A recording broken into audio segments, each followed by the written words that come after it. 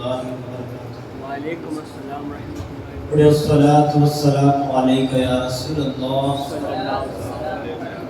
الصلاۃ والسلام علیک یا حبیب اللہ، الصلاۃ والسلام علیک یا حبیب اللہ، الصلاۃ والسلام علیک یا نبی اللہ، الصلاۃ والسلام علیک یا نبی اللہ، الصلاۃ والسلام علیک یا نور اللہ، الصلاۃ والسلام علیک یا وعلی آلک واصحابک یا حبیب اللہ، صلی اللہ تعالی علیہ وسلم۔ صلی اللہ تعالی اللہم صلی علی سیدنا مولانا محمد فی اول کلامنا، اول کلامنا، اللہم صلی علی سیدنا مولانا محمد فی اوسط کلامنا، اللہم صلی علی سیدنا مولانا محمد فی آخر کلامنا۔ آخری کلامنا۔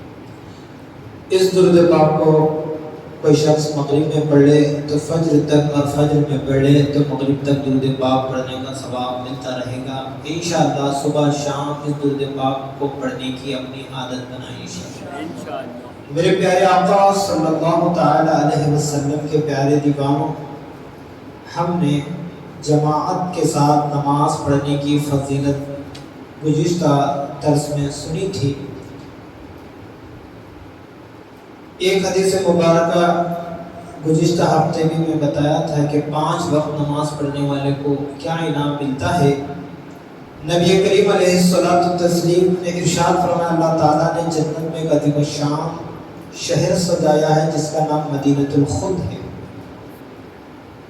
اس میں ایک محل ہے جس کا نام قصر عظمت ہے، اس میں ایک وسیع عریض مکان ہے جسے بیت الرحمہ کہتے ہیں، جس میں 1000 تخت سجائے گئے ہیں جن میں 4000 حور جلوہ افروز ہے۔ اس میں ایسی چیزیں بھی پائی جاتی ہیں جنہیں نہ کسی آنکھ نے دیکھا، نہ کسی کان نے سنا، اور نہ ہی کسی انسان کے دل و دماغ میں تصور و گمان گزرا۔ ایسا عریض، ایسا بڑا مکان جس میں 4000 حوریں، ایسی نعمتیں رکھی گئی ہے، تو وہ کس خوش نصیب کے لیے ہے؟ تو آقا دو جہاں صلی اللہ علیہ وسلم کے فرمان کے مطابق وہ خوش نصیب کے لیے ہے، آپ نے فرمایا جو 5 وقت با جماعت نماز ادا کرتا ہے، جماعت کے ساتھ 5 گانا نماز ادا کرتا ہے، اس بندے کے لیے جنت میں انعام دیا جائے گا۔ سبحان اللہ۔ میرے پیارے آقا صلی اللہ تعالی علیہ وسلم کے پیارے دیوانوں، جو نماز ہی نہیں پڑھتے، جماعت کو ترک کر دیتے ہیں، اس کے حوالے سے آقا دو جہاں صلی اللہ تعالی علیہ وسلم نے غضب کا اظہار فرمایا۔ حضرت ابو ہریرہ رضی اللہ تعالی عنہ سے مروی ہے کہ آقا دو جہاں صلی اللہ علیہ وسلم نے ارشاد فرمایا، قسم ہے اس ذات کی جس کے قبضے قدرت میں میری جان ہے، بلا شبہ میں یہ چاہتا ہوں کہ لکڑیاں جمع کی جائے، پھر نماز کے لیے اذان کا حکم دوں اور کسی کو نماز پڑھانے کے لیے مقرر کروں، پھر ان لوگوں کے گھر جو نماز کے لیے نہیں آتے جا کر ان کے سمیت ان کے گھر والوں کو جلا دوں۔ حضور کا غضب دیکھیے، جو جماعت میں حاضری نہیں دیتے، جماعت کی پابندی نہیں کرتے، حضور فرماتے ان کو ان کے ساتھ، ان کے گھر کے ساتھ ان کو جلا دوں۔ تو میرے پیارے آقا صلی اللہ تعالی علیہ وسلم کے پیارے دیوانوں، قسم ہے اس ذات کی جس کے قبضے قدرت میں میری جان ہے، اگر یہ لوگ جانتے کہ انہیں فربا ہڈی جس پر گوشت کا خفیف حصہ لپٹا رہ گیا ہو یا بکری کے اچھے دوگرے ملیں گے تو ضرور نماز عشاء میں حاضری دیتے ہیں۔ تو حضور فرماتے اس دور میں نعمتیں کم تھی کھانے کی، لیکن حضور فرماتے اگر انہیں گوشت تقسیم کیا جا رہا ہے عشاء کی نماز میں تو وہ ضرور نماز کے لیے آتے، انہیں کھانے کی چیز اگر تقسیم ہو رہی ہو تو ضرور عشاء کی نماز میں حاضری دیتے۔ آج ہمارا حال بھی یہی ہے کہ عشاء کی نماز کو تو بہت نہیں آتے محلے میں رہنے کے باوجود بھی، بڑے بڑے محلوں میں، لیکن جہاں لنگر لٹ رہا ہے، کچھ نیاز بڑھ رہی ہے تو ہر کوئی مسجد میں دوڑتا ہوا آتا ہے۔ یاد رکھو میرے پیارے آقا صلی اللہ تعالی علیہ وسلم کے پیارے دیوانوں، ذرا حدیث پاک کے الفاظ پر غور کریں کہ وہ رسول عربی صلی اللہ تعالی علیہ وسلم جو ساری کائنات کے لیے رحمت بن کر تشریف لائے، جنہیں اپنی امت سے اس قدر پیار ہے کہ امت کا مشقت میں پڑھنا ان پر گرا ہے، لیکن وہ رحیم و کریم آقا قصدن جماعت چھوڑنے والوں پر اس قدر ناراض ہوتے ہیں کہ تاریخ جماعت اور اس کے گھر والوں کو آگ لگا دینے کی خواہش کا اظہار کرتے ہیں۔ اللہ حضور کا امتی اگر اس کے پیر میں کانٹا بھی چبھ جائے تو حضور کو تکلیف ہوتی ہے، جو نماز جماعت سے چھوڑ دیتا ہے تو حضور اس پر کتنا ناراض ہوتے ہیں۔ اللہ اکبر۔ اللہ رب العزت جل جلالہ کی بارگاہ میں دعا ہے کہ ہمیں ہر اس کام سے بچائے جس میں اس کی اور اس کے حبیب صلی اللہ علیہ وسلم کی ناراضگی کا شائبہ بھی پایا جاتا ہو۔ حضرت عبداللہ بن عباس رضی اللہ تعالی عنہ سے پوچھا گیا اس آدمی کے بارے میں جو دن کو روزہ رکھتا ہو، رات کو عبادت کرتا ہو، لیکن جمعہ اور جماعت میں نہیں ہوتا۔ آپ نے فرمایا ہوا فی النار، وہ جہنم میں ہے۔ جو جمعہ کی نماز جمع نہیں پڑھتا اور بچ گانا جماعت میں حاضری نہیں دیتا، یعنی جماعت سے نماز ہی نہیں پڑھتا، تو ایسا شخص جو دن میں روزہ بھی رکھے نفل روزہ اور رات میں نفل نماز بھی پڑھے، تو حضور فرماتے جو جماعت کی پابندی نہیں کرے گا اس کا ٹھکانہ جہنم میں رہے گا۔ اللہ اکبر۔ میرے پیارے آقا صلی اللہ تعالی علیہ وسلم کے پیارے دیوانوں، اگر خدا نہ خواستہ ہم میں سے کوئی بلا عذر شرعی ترک جماعت کا شکار ہے تو چاہیے کہ آج ہی توبہ کر لے، ورنہ اپنا ٹھکانہ جہنم میں بنانے کے لیے تیار ہے۔ کوئی نہیں چاہے گا اپنا ٹھکانہ جہنم میں دیکھے، لیکن عذر ہے، اس کے عذر کیا کیا ہے انشاءاللہ آنے والے مسائل میں ہم سنیں گے۔ کون سا شخص جماعت اس کے چھوٹ جانے پر اس کی پکڑ نہیں ہوگی، جو صحیح سلامت تندرست ہوگا، اگر وہ جماعت چھوڑ رہا ہے تو اس کے لیے وعید مقرر ہے۔ میرے پیارے آقا صلی اللہ تعالی علیہ وسلم کے پیارے دیوانوں، اور حضرت معاذ بن انس رضی اللہ تعالیٰ عنہ سے روایت ہے کہ آقا دو جہاں صلی اللہ علیہ وسلم نے فرمایا ظلم ہے، پورا ظلم اور کفر نفاق ہے کہ اللہ عز و جل کے منادی کو اذان کہتے سنے اور حاضر نہ ہو۔ بہت سارے مسلمانوں کے گھر ہوتے ہیں محلے میں، جب اذان کی آواز سننے کے باوجود بھی نماز کے لیے نہیں آتے، یہ کفر نفاق ظلم ہے۔ حضور نے فرمایا مومن کی بدبختی اور نامرادی کے لیے یہی کافی ہے کہ وہ مؤذن کو تکبیر کہتے سنے اور جماعت میں حاضر نہ ہو۔ بس ہماری بربادی کے لیے یہی کافی ہے کہ ہم مؤذن کی اذان سنیں، اذان کی آواز سنیں اور مسجد میں نہیں آئے، تو ہماری بربادی کے لیے یہی کافی ہے۔ میرے پیارے آقا صلی اللہ تعالی علیہ وسلم کے پیارے دیوانوں، ان دونوں احادیث سے پتہ چلا کہ نماز کے لیے مسجد میں نہ جانا مومن کا شیوا نہیں، بلکہ جو بلا عذر گھر میں نماز پڑھے تو اس کے ظلم کفر نفاق میں مبتلا ہونے کا اندیشہ ہے۔ لہذا خدا را جماعت ترک کرنے سے باز آ جاؤ اور آج ہی اللہ تعالیٰ کی بارگاہ میں سچے دل سے توبہ کرو، وہ رحیم و کریم ہمارے گناہوں کو معاف فرما دے گا۔ پروردگار عالم جل جلالہ ہم سب تمام مسلمانوں کو نماز جماعت کے ساتھ پڑھنے کی توفیق عطا فرما۔ حضرت ابن عباس رضی اللہ تعالیٰ عنہ سے مروی ہے کہ جس نے حی علی الفلاح سنا پھر نماز میں حاضر نہ ہوا تو اس نے محمد الرسول اللہ صلی اللہ علیہ وسلم کی سنت کو ترک کر دی۔ جس نے اذان کی آواز سنی حی علی الفلاح، یہ حی علی الفلاح کا مطلب کیا ہے؟ آؤ کامیابی کی طرف، دنیا و آخرت کی کامیابی۔ ایک مومن کے لیے دنیا و آخرت کی کامیابی کی صدا 5 وقت مسجد سے لگائی جاتی ہے، اللہ کے گھر سے، کہ جو بندہ حی علی الفلاح سن کر مسجد میں آ کر نماز پڑھ لے تو دنیا و آخرت میں وہ کامیاب ہی رہے گا۔ اگر یہ سننے کے باوجود بھی نہیں آیا تو اس نے حضور کی سنت کو ترک کر دی۔ جس نے حضور کی سنت کو ترک کر دی، حضور فرماتے میدان محشر میں وہ پیاسا رہے گا، میرے حوض کوثر پر نہ آئے۔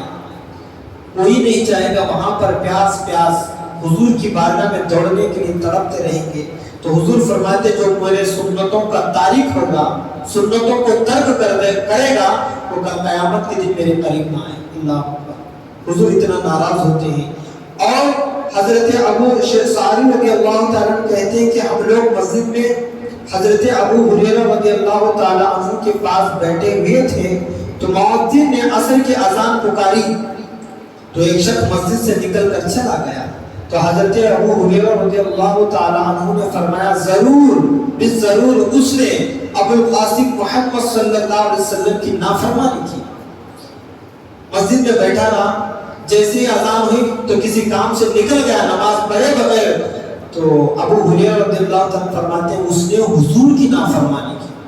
اللہ, جو ماں باپ کا نافرمان ہوگا اسے تو جنت نہیں ملتی, جو حضور کی نافرمانی کرے گا اس کا کتنا بڑا بھیانک انجام ہوگا, اس پر غور کریں. اور حضرت ابو ہریرہ رضی اللہ تعالیٰ عنہ کا قول ہے کہ پگھلے ہوئے شیشے سے انسان کے کانوں کو بھر دیا جانا اس سے بہتر ہے کہ وہ اذان سن کر جواب نہ دے, یعنی جماعت میں حاضر نہ ہو. انسان کو گرم گرم شیشہ پگھلا کر کانوں پہ ڈال دیا جائے اس سے بہتر ہے کہ وہ اذان سن کر جماعت میں حاضر نہ ہو. اتنا بڑا, اگر گرم پانی بھی انسان کے کان میں ڈال دیا جائے تو برداشت نہیں کرتے, گرم تیل اگر کان میں ڈال دیا جائے تب بھی ہمیں برداشت نہیں ہوتا. پگھلا ہوا شیشے کا عذاب درد کتنا ہوگا, اس سے بھی خطرناک ہے, بھیانک عذاب ہے کہ جو اذان سن کر نماز کو نہیں آتے ان کے لیے اتنا دردناک عذاب ہے.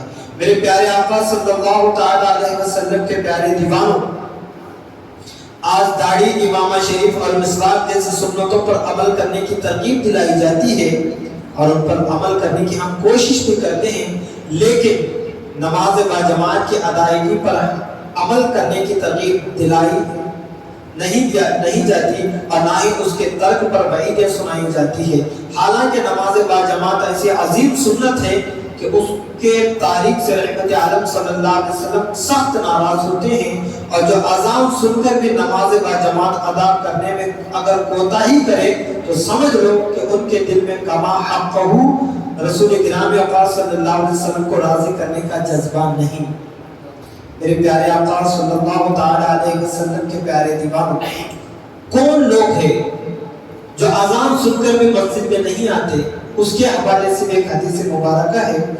حضرت عبداللہ ابن عباس رضی اللہ تعالی عنہما سے روایت ہے کہ ہم لوگوں نے اپنے آپ کو اس حال میں دیکھا کہ جماعت سے پیچھے رہ جانے والا یا تو منافق ہوتا یا تو مریض, اور بے شک مریض کا حال یہ ہوتا تھا کہ دو آدمیوں کے درمیان چل کر آتا تھا, اور رسول اعظم صلی اللہ علیہ وسلم نے ہم لوگوں کو ہدایت کی سنتوں کی تعلیم دی, اور ہدایت کی سنتوں میں سے یہ بھی ہے کہ نماز اس مسجد میں پڑھی جائے جس میں اذان دی گئی ہو.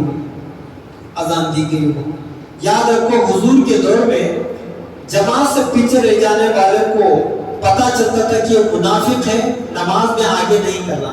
اس دور میں صحابہ کا حال یہ تھا کہ پہلی صف میں آگے رہنے کی بہت کوشش کرتے تھے صحابہ. پہلی صف کا ثواب بہت زیادہ ہے تو صحابہ بھاگ دوڑ کرتے تھے کہ پہلی صف میں مجھے جگہ ملے.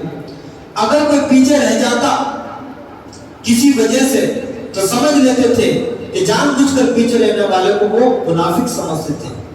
آج ہم سمجھتے ہیں بدعقیدہ ہے, یہ جماعت والا ہے, وہ ہے, گستاخ رسول ہے. آج ہم ان لوگوں کو کہتے ہیں. اس دور میں جماعت کو جان بوجھ کر پیچھے پڑنے والے کو منافق سمجھتے تھے حضور یہ وہ صحابہ, اور یا تو بیمار ہی پیچھے کھڑا رہتا تھا, اور وہ ایسا بیمار مسلمان اس دور کے یا تو صحابہ ہوتے تھے. اتنے بیمار رہنے کے باوجود بھی مسجد تک چل کر آنے کی طاقت نہیں رکھتے تھے, تو دو آدمیوں کے کندھوں پر ہاتھ رکھ کر جماعت میں شریک ہوتے تھے, وہ جماعت کی پابندی کرتے تھے. آج ہٹے کٹے رہنے کے باوجود ہم خود جماعت میں آگے بڑھنے کی کوشش نہیں کرتے تھے. میرے پیارے آقا صلی اللہ تعالی علیہ وسلم کے پیارے دیوانوں, اور ایک روایت میں یہ بھی ہے کہ جو اس بات سے خوش ہو کہ وہ کل قیامت کے دن مسلمان ہونے کی حالت میں اللہ عز و جل سے ملاقات کرے, تو اس پر لازم ہے کہ وہ نمازوں کو وہاں پڑھے جہاں اذان دی گئی ہو, کیونکہ اللہ تعالیٰ نے تمہارے نبی اکرم صلی اللہ علیہ وسلم کے لیے ہدایت کی سنتیں رکھی ہیں, اور نماز باجماعت ہدایت کی سنتوں میں سے ہے۔ اور اگر تم لوگ اپنے گھروں میں نماز پڑھ لو گے جس طرح جماعت سے گزرنے والا اپنے گھر میں پڑھ لیتا ہے، تو تم لوگ اپنے نبی کی سنتوں کو چھوڑنے والے ہو جاؤ گے، اور اگر تم لوگوں نے اپنے نبی کی سنت کو چھوڑ دیا تو یقیناً گمراہ ہو جاؤ گے، راستہ بھٹک جاؤ گے۔ یاد رکھو، کوئی انسان کسی شہر کے لیے جا رہا ہو، اگر وہ راستہ بھٹک جائے تو کتنا پریشان ہوتا ہے، اور میدان محشر میں جنت کا راستہ بھٹک گیا، ہدایت کا راستہ بھٹک گیا دنیا میں، تو اس کا انجام کیا ہوگا؟ آپ غور کریں، راستہ بھٹکنا کتنا انسان کو پریشان کرتا ہے، تو آخرت کی پریشانی بہت خطرناک ہے۔ تو یاد رکھو، اگر تم چاہتے ہو کہ اللہ کو اس حالت میں ملاقات کریں، ہم مسلمان ہیں، ایمان والے ہیں، تو اس کے لیے لازم ہے وہ نماز جماعت کی پابندی کی کوشش کر کے جماعت کے ساتھ پڑھنے کی کوشش کریں۔ جو آدمی اچھی طرح وضو کر کے مسجد کا قصد کرتا ہے تو اللہ تعالیٰ اس کے لیے ہر قدم پر ایک نیکی لکھ دیتا ہے، اور ہر قدم کے بدلے ایک درجہ بلند فرماتا ہے اور ایک گناہ معاف کر دیتا ہے۔ اور تم لوگ یقین مانو کہ ہم نے اپنے آپ کو اس حال میں دیکھا، جماعت سے وہی آدمی بچڑتا تھا جو ایسا منافق ہوتا جس کا نفاق سب کو معلوم ہوتا، اور بعض لوگ دو آدمیوں کے درمیان چلا کر لائے جاتے تھے، یہاں تک کہ وہ سب میں کھڑے کر دیے جاتے تھے۔ اس دور میں جماعت سے پیچھے رہنے والا یا تو منافق ہوتا تھا تو یا تو بیمار ہوتا تھا۔ بیمار عذر ہے کہ وہ جلدی نہیں آ سکتا جماعت میں، تو اس لیے بیمار انسان تاخیر سے آتا تھا۔ تو میرے پیارے آقا صلی اللہ تعالیٰ علیہ وسلم کے پیارے دیوانوں، ہم تو بیمار نہیں، صحت اور تندرستی اللہ تعالیٰ نے نعمت عطا فرمائی ہے، تو جماعت کے ساتھ پابندی کرنے کی کوشش کریں۔